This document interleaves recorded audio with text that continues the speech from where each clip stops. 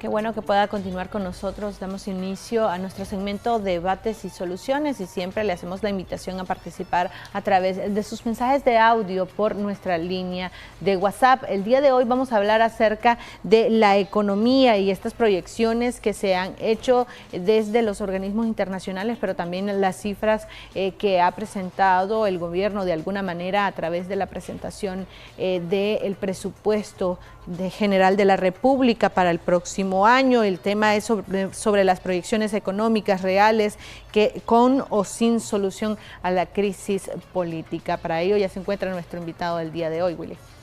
Así es, Michelle Polanco, y con él estaremos analizando sobre el presupuesto general de la República del año pasado y lo que fue propuesto para el próximo año. Así que bienvenido pues al economista y también catedrático Luis Murillo. Muchas gracias.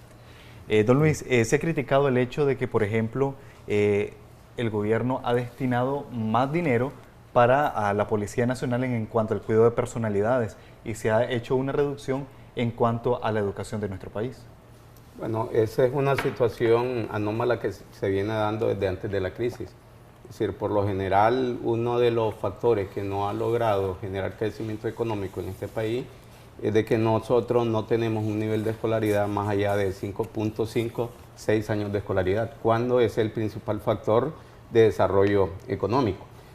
Ahora, el destinar recursos del presupuesto para cuido, ¿verdad?, para viático, es una cuestión más de ética, porque eso no va a significar la diferencia del problema que nosotros estamos metidos. Es decir, a mí me preocupan, digamos, otras cosas. Por ejemplo, en el presupuesto general de la República hubo un aumento de 9.444 millones de Córdoba en el presupuesto de ingresos.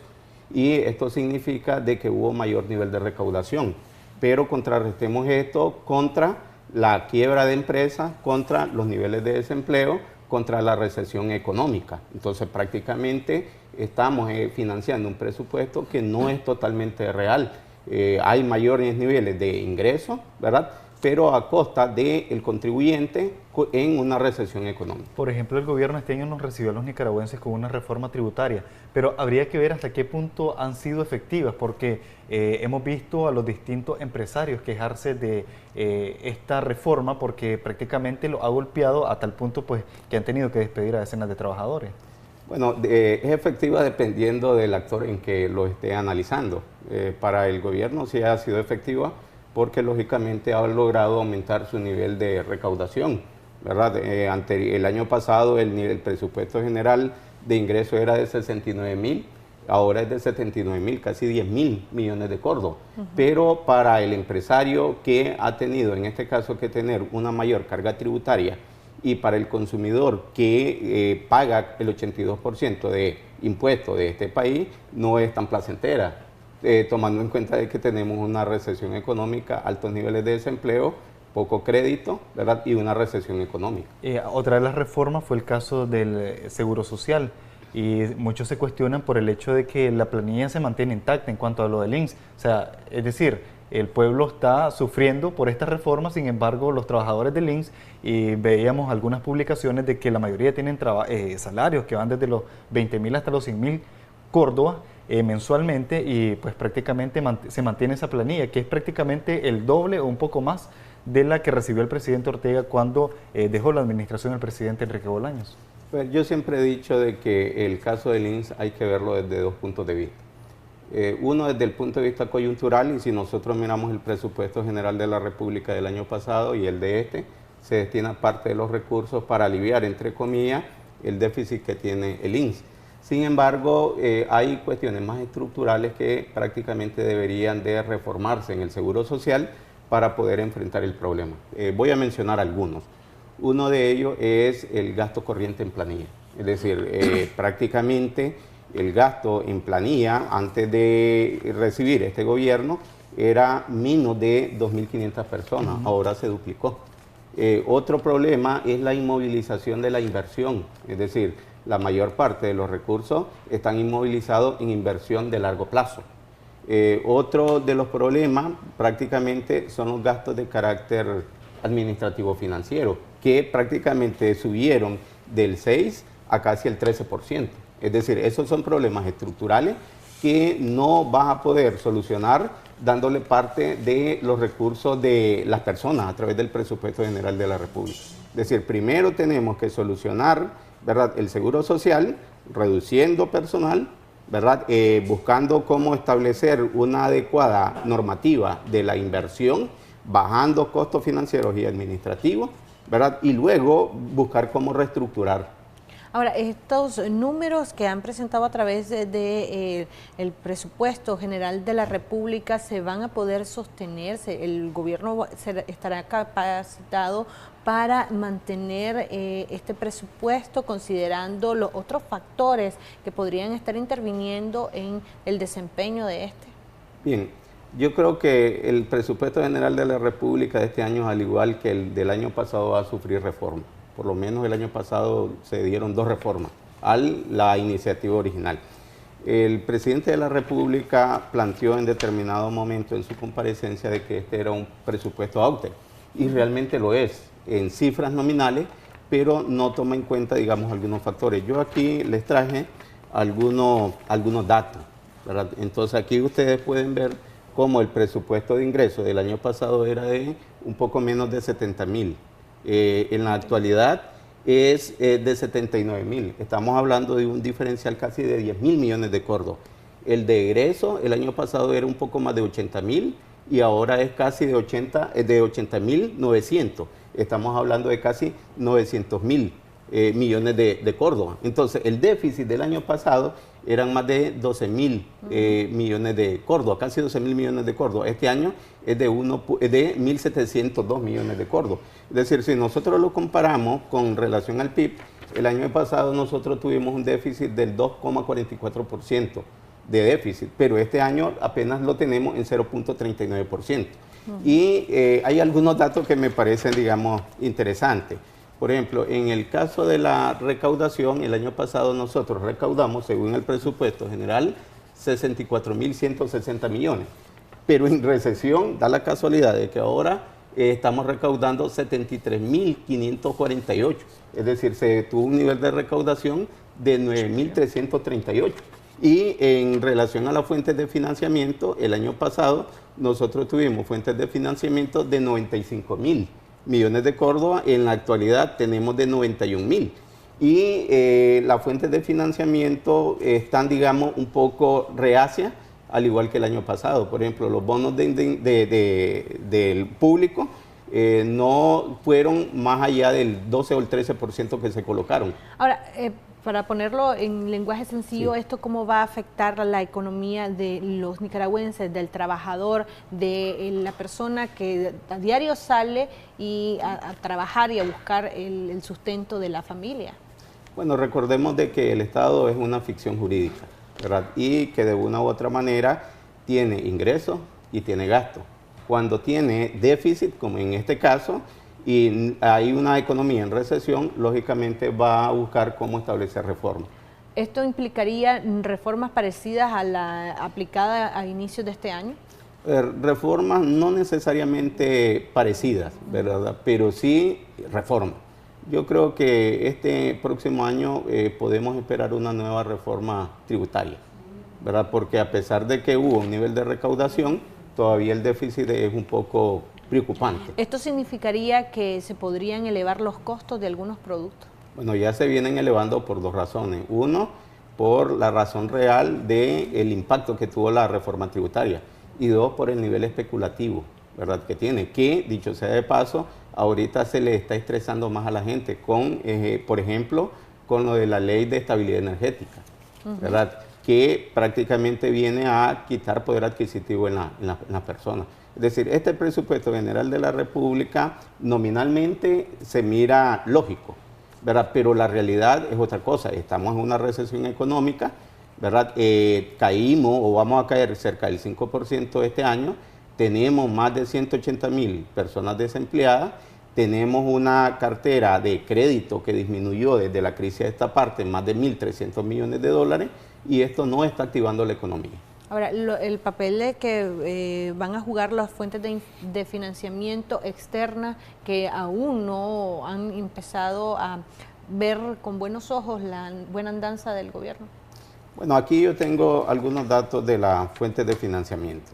Prácticamente hay como 4 fuentes de financiamiento según el presupuesto general de la República. ¿Cuáles son? Primero es el nivel de recaudación, ¿verdad? Que sería, digamos, como una fuente interna, los impuestos que nosotros pagamos. Luego son los recursos externos, que lleva a crédito y cooperación. Luego la emisión de bonos y otra fuente. Entonces, si nosotros comparamos el año pasado con relación a este año, el año pasado, por ejemplo, en el nivel de recaudación, nosotros teníamos 69.000. En este año, nosotros en nivel de recaudación tenemos más de 70.000.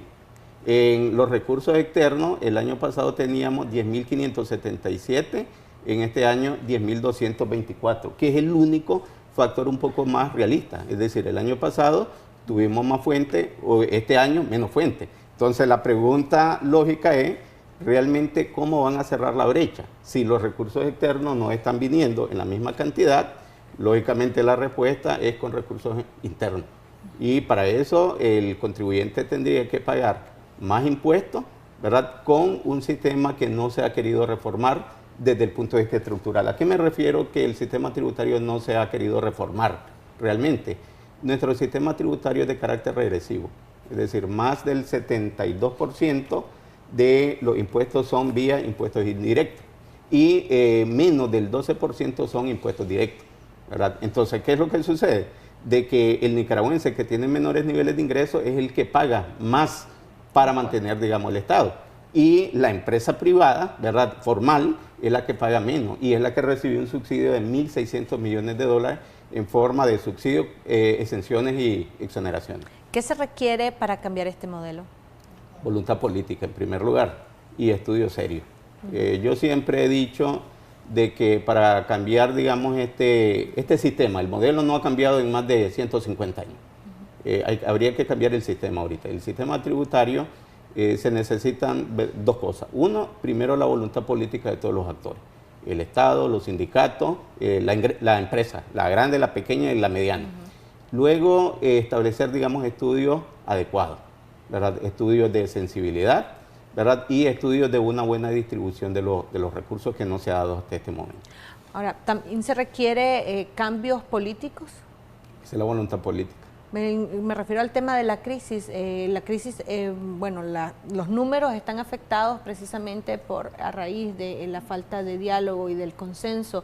Si el gobierno accede a sentarse nuevamente a dialogar y se encuentra una salida negociada a la crisis política, podemos ver cambios en los números, por ejemplo, en el tema de la confianza hacia el país para que retornen la ayuda externa y los préstamos. Bien, 2 cosas. Uno, la estabilidad y la confianza son el principal factor de un sistema económico, ¿verdad? 2, el daño ya está hecho, ¿verdad? Usted aquí tuvo a un diputado, Alfredo César, y es cierto, el Banco Mundial estableció un estudio de carácter técnico en donde se dijo de que a esta fecha ya hemos retrocedido realmente cerca de 7 años, ¿verdad?, en cuanto a niveles de crecimiento económico. A propósito.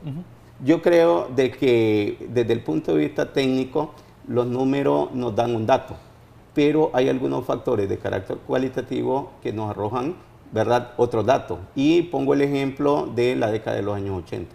En la década de los años 80 nosotros tuvimos que esperar 28 años para recuperarnos.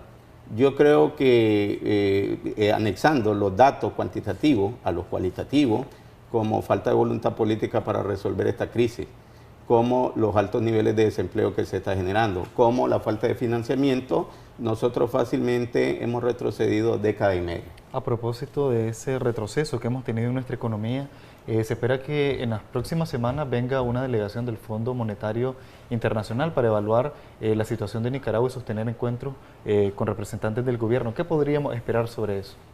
Recordemos de que el Fondo Monetario Internacional es una institución que no impone política, sino que propone, ¿verdad? Entonces, ellos, de acuerdo a un artículo 4, ¿verdad?, dentro de su estatuto, establece que cada 6 meses le hace, digamos, una revisión a las estadísticas.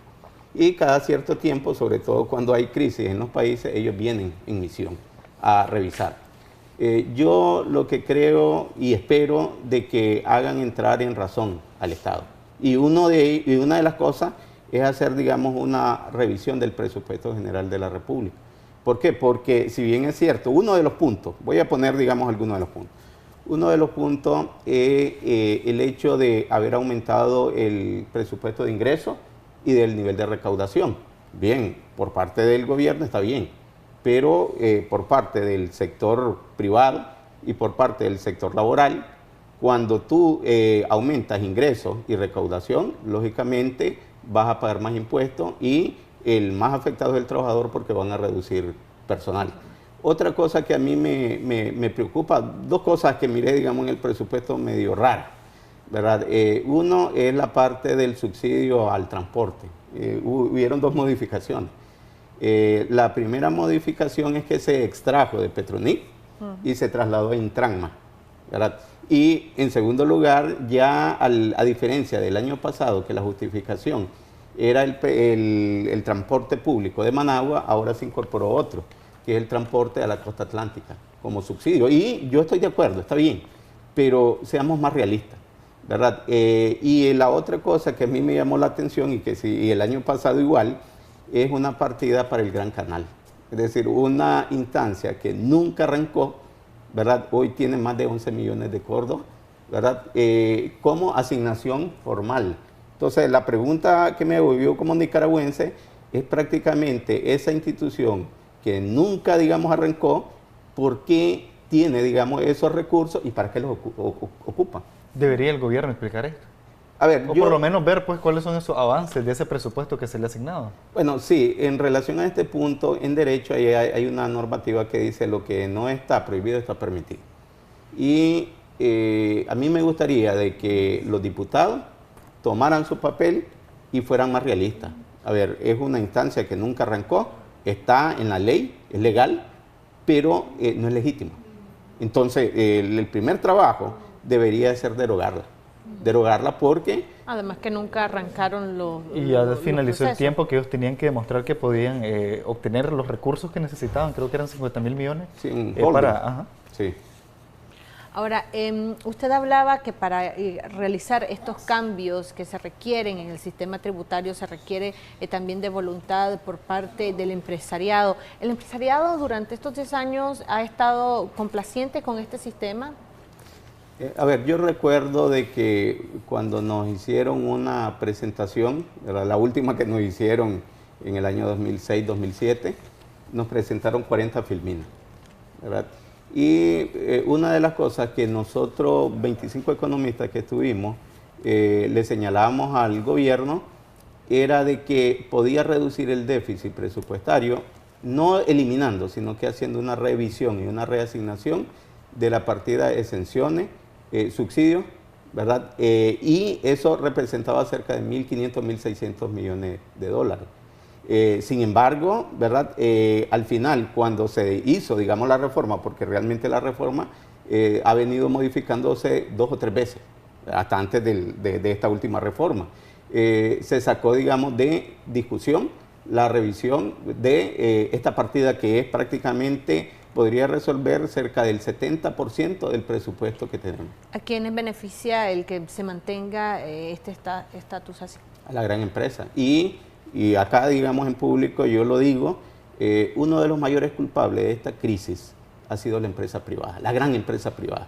Y ha sido la gran empresa privada porque ha establecido una colusión, ¿verdad?, de los sindicatos, el gobierno, o los gobiernos, porque no solo los gobiernos, ¿verdad?, y ellos, en donde prácticamente han mantenido en status quo ese sistema de carácter tributario en donde pagan menos impuestos ellos, porque el sistema es de carácter regresivo. Y además el Estado le da plata en forma de subsidios, exenciones y exoneraciones. Entonces, yo creo que ellos deberían de ser más responsables, y nosotros se lo dijimos en determinado momento, se lo dijimos desde el año 2003, de que era momento de hacer una reforma tributaria y una reasignación de los recursos. Voy a poner, digamos, un ejemplo. Dentro de la ley de concertación tributaria y de justicia tributaria que se llamó en determinado momento, hay un elemento que se llama cuota fija, ¿verdad? Cuota fija. Entonces se supone que son relativamente pequeños, que pagan un monto. Pero es que aquí hay algunos empresarios, porque sí son realmente empresarios, que tienen grandes volúmenes de venta, pero tienen una cuota fija relativamente baja. Y pongo el ejemplo de Caldera. Es decir, Caldera es el principal importador de pollo en este país, es el que se ha enriquecido en este país y prácticamente tiene una cuota fija. Cuando en un sistema tributario metamos a todos en un análisis y lo que puedan pagar, que paguen. A propósito, recientemente se creó una asociación de empresarios que ellos dicen pues de que vienen a tratar de darle dinamismo a la economía, ya que prácticamente pues incluso ponían algunas situaciones en cuanto al gobierno, pues de que no le ponían muchas trabas para poder acceder a algunos proyectos. Yo creo que aquí hay que analizar dos cosas, ¿verdad? Uno, realmente estas cámaras de la gran empresa, desde el punto de vista del número de empresas o de actores privados, no representan más del 19%. El problema es de que ellos tienen, digamos, una influencia y pueden, en este caso, sentar al gobierno y hacer, digamos, reformas. Ese es un elemento, digamos, que hay que tomarlo en cuenta. Yo creo que como se terminó la luna de miel con la empresa privada representada por el COSEP, entonces el gobierno está reaccionando creando una cámara. En realidad esta asociación se puede interpretar como una cámara paralela al COSEP. Sí, pero con ideología opuesta. ¿Cuál es el objetivo? ¿Cuál sería el fin? Bueno, el fin es de tener, digamos, otro actor para negociar la reforma, ¿verdad? Y los salarios mínimos. Es decir, si el COSEP no acepta, además han salido muchos nuevos empresarios y grandes empresarios, ¿verdad? Se crea, digamos, esta cámara, ese actor, ¿verdad? Deja de ser beligerante, el COSEP, y se hace, digamos, una nueva negociación. Pero esto sería un grave error, pues, porque se estaría dejando de un lado, pues, el gran capital. No dejando de lado el gran capital, sino que fraccionándolo, porque el gran capital ahora no, es una realidad de que estos grandes empresarios nuevos es gran capital. Lo único que lo que hacen es fraccionar y crear un nuevo actor para negociar.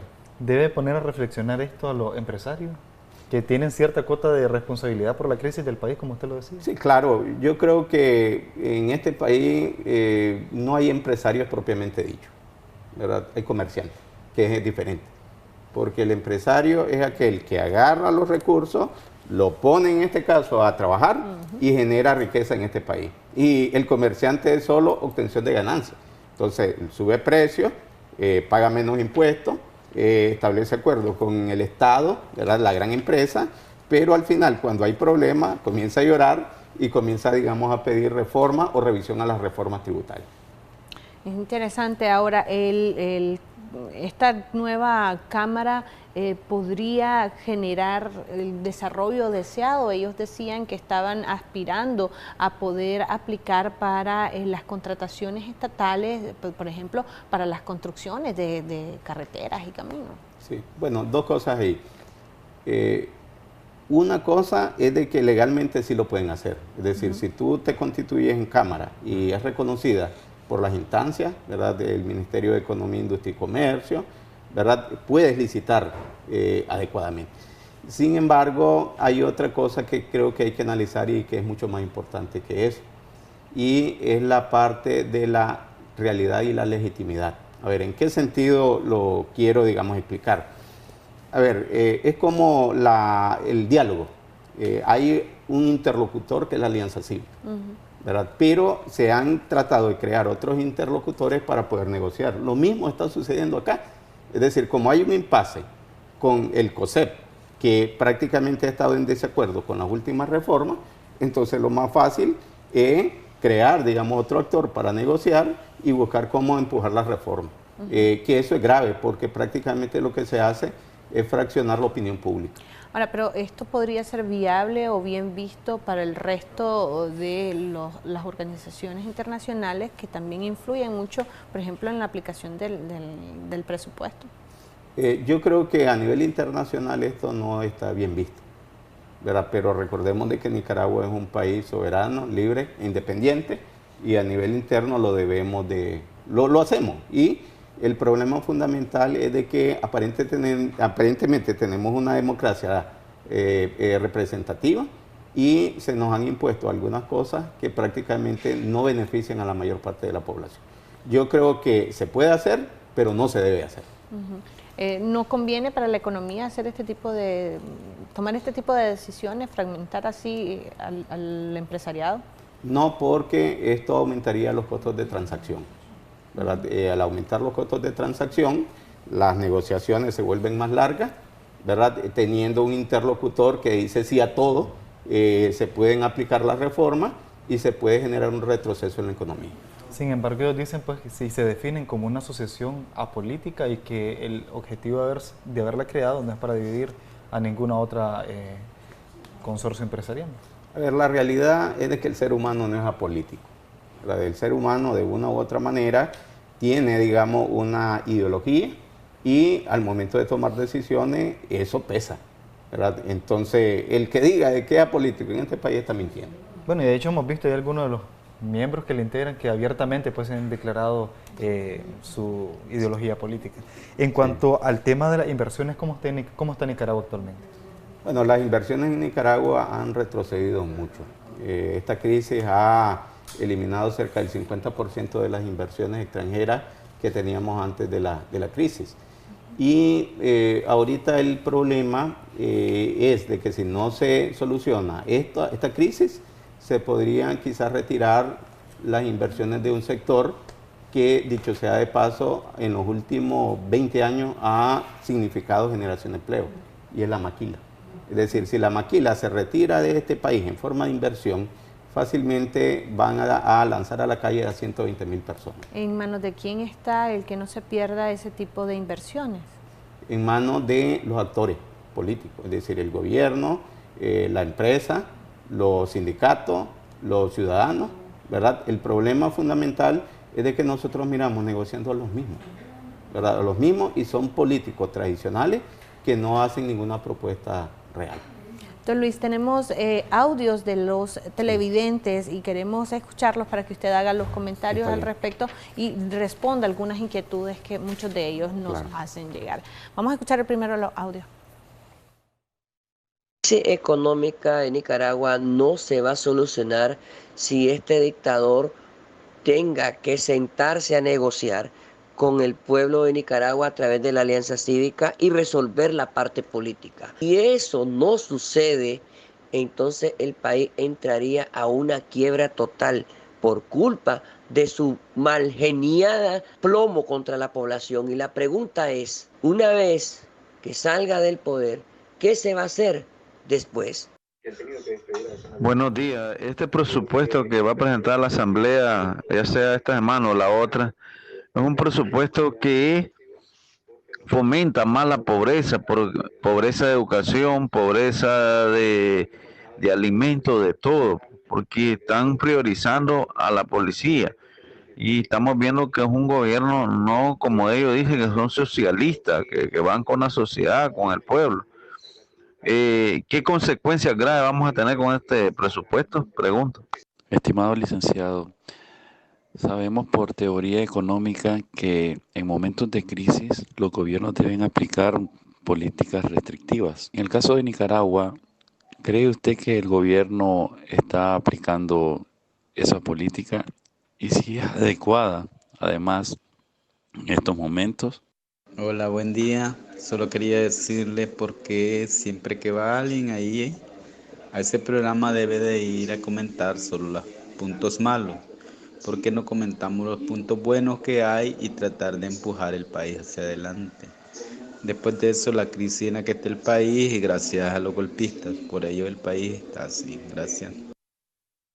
Muchísimas gracias a todas las personas que participaron por su brevedad y el respeto hacia nuestro invitado. Iniciemos con el primer comentario. La televidente decía que la crisis no se va a solucionar sin diálogo y qué va a pasar una vez que haya un cambio de gobierno. ¿Qué se debe de hacer? En relación a esto yo tengo dos cosas que decir. ¿verdad? Porque la primera televidente no dijo solamente el diálogo, sino que sacar al presidente. A ver, yo creo de que desconocer al sandinismo en estos momentos es ilógico y es una realidad. Y voy a poner, digamos, algunos ejemplos. Chile. Chile en determinado momento, por muchos años, estuvo con una dictadura fuerte, en donde se creyó de que esa sociedad tenía unas cuestiones antagónicas que no se podían resolver. Sin embargo, ellos llegaron a un diálogo con presiones internacionales, con presiones internas, y se pasó un periodo de transición y se pacificó. Igual en el caso de Nicaragua en la década de los años 80. Tuvimos durante 10 años, ¿verdad?, un gobierno bastante fuerte, se llegó en este caso a un arreglo y logramos avanzar, entre comillas, cerca de 20 años. Entonces, en primer lugar, yo creo que establecer posiciones extremistas no es bueno, ¿verdad? Y hay una realidad, el diálogo se tiene que dar y comenzar, digamos, a reestructurar. Ahora, ¿qué es lo que se va a hacer en su momento? Bueno, yo lo primero que diría es dejar de politiquear, ¿verdad? Y me refiero específicamente a que se tomen decisiones en base a estudios de carácter técnico. Por ejemplo, una de las primeras medidas que debería de tomar el nuevo gobierno, si no es que se reelige el presidente Ortega, es el derogar la reforma tributaria. Miren, yo siempre, y la vez pasada yo escribí al programa, ¿verdad? Y estaba Juan Sebastián Chamorro. Y estoy totalmente seguro de que el gobierno que venga, sea de derecha, de izquierda, de centro derecha, va a mantener esta reforma. Y aquí en este caso vengo y le respondo, digamos, una de las inquietudes que tiene uno de los televidentes. A ver, el problema fundamental de este país es de que se aplicaron reformas de manera tardía. Nosotros veníamos diciendo desde el año 2003, cuando la economía estaba en una etapa de crecimiento económico, que era necesario prácticamente llegar a una reforma para poder, en este caso, enfrentar periodos de crisis, pero nunca se hizo. Entonces es como cuando tú estás enfermo, ¿verdad? Y en las últimas vas al hospital y ya no hay nada que hacer. Es decir, las reformas se tuvieron que hacer, pero se hicieron en el peor momento posible. El siguiente de los amigos preguntaba si este presupuesto fomenta la pobreza, ya que disminuye la asignación de presupuesto para la educación y se lo aumenta a la policía. ¿Las consecuencias? Bueno, esto no es tan así, ¿verdad? Porque revisando las cifras del presupuesto general de la República, hay un aumento también en el Ministerio de Educación. Yo miro dos problemas, digamos, en el presupuesto, ¿verdad? Uno, recordemos de que nosotros somos país en vías de desarrollo y continuamente tenemos déficit presupuestario, es decir, gastamos más de lo que ingresamos. Ese es un primer elemento. Un segundo elemento es un problema de distribución de los impuestos que nosotros pagamos y de los recursos externos, en el sentido de que, si bien es cierto, en este presupuesto general de la República, el 56% va dirigido a gasto social, ¿verdad? Hay una parte importante que va dirigido a algunas instancias que no deberían de ser viáticos, cuido, digamos, a los funcionarios públicos, ¿verdad?, etcétera, que no van a hacer la diferencia, pero tendrían que reestructurarse para buscar cómo lograr la estabilidad económica. Claro, porque en una economía como la nuestra, los funcionarios públicos no deberían de tener tantos beneficios, supongo, ¿no? Así es. Yo creo que debemos de ser razonables y nosotros tenemos una economía del tercer mundo con funcionarios que cobran salarios de primer mundo, ¿verdad? Y hay funcionarios del primer mundo que tienen, ¿verdad?, salarios del segundo mundo. Ahora, la tercera pregunta, el televidente preguntaba si en nuestro país, a propósito del presupuesto, se está aplicando las medidas necesarias o que corresponden con el contexto y con la realidad económica de nuestro país. Bueno, igual que respondí anteriormente, sí se están aplicando, pero de una manera inadecuada y tardía, ¿verdad? ¿Por qué de una manera tardía? Porque prácticamente durante la economía estuvo creciendo, ninguno de los actores que estaban en una luna de miel quisieron hacer la reforma. Y en estos momentos a lo que se está castigando prácticamente a la población más débil. La mayor parte de la población de menores niveles de ingresos ha perdido empleo. El pequeño productor no accede al crédito bancario, ¿verdad? El consumidor está sujeto a no un aumento salarial, lo congelaron. Está sujeto a una especulación de precios. Entonces, esta medida, esta crisis, estas reformas afectan sobre todo, digamos, a los que no tenemos recursos. El cuarto amigo, bueno, prácticamente le decía a usted por qué habla solamente lo malo y no habla lo bueno de la economía. Y si está así un poco afectada, considera el amigo que es gracias a al mismo calificativo que da el gobierno, pues a los golpistas. A ver, yo no voy a entrar, digamos, en polémica en esta cuestión si golpista o no golpista. Yo diría de que nosotros tenemos una sociedad y una economía polarizada, ¿verdad? Y para poder, digamos, avanzar, deberíamos de hacer unos cambios estructurales. Y desde el punto de vista económico, ¿qué cambios estructurales yo miro, digamos, hacia el futuro? Bueno, en primer lugar, nosotros deberíamos de hacer una inversión real en capital humano, ¿verdad? Y, ¿Educación? Sí, en educación. A Costa Rica le llevó 40 años trascender los niveles de secundaria, ¿verdad? Un segundo elemento, yo creo que hacer una reestructuración del sistema fiscal y hacer una reestructuración del sistema de seguridad social en este país, ¿verdad? Y un tercer elemento, crear una política industrial, porque la mayor parte del problema de este país es de que nosotros producimos en bruto, casi sin valor agregado. Es lo que los empresarios han venido insistiendo en que es necesario transformar el modelo económico, pero transformar también lo que estamos produciendo, porque nosotros simplemente estamos produciendo materia prima y la exportamos, pero no le estamos dando valor agregado. Sí, a ver, entrar en modelos económicos sería, digamos, un poco largo. Yo acabo de hacer un trabajo en donde planteo como hipótesis, y la creo, ¿verdad?, de que el modelo económico de este país no ha cambiado en 150 años, ¿verdad?, en más de 150 años. Y lo que se han venido dando es una expresión de diferentes tipos de modelos, ¿verdad? Tenemos modelo agroexportador, tenemos modelo de sustitución de importaciones, tenemos modelo keynesiano, ¿verdad?, que le da subsidio a los empresarios, tenemos modelo neoliberal, entre comillas, en donde dice de que el mercado es lo mejor. Entonces, yo creo que la economía nicaragüense, por cuestiones internas y por cuestiones externas, no tiene claro un modelo económico.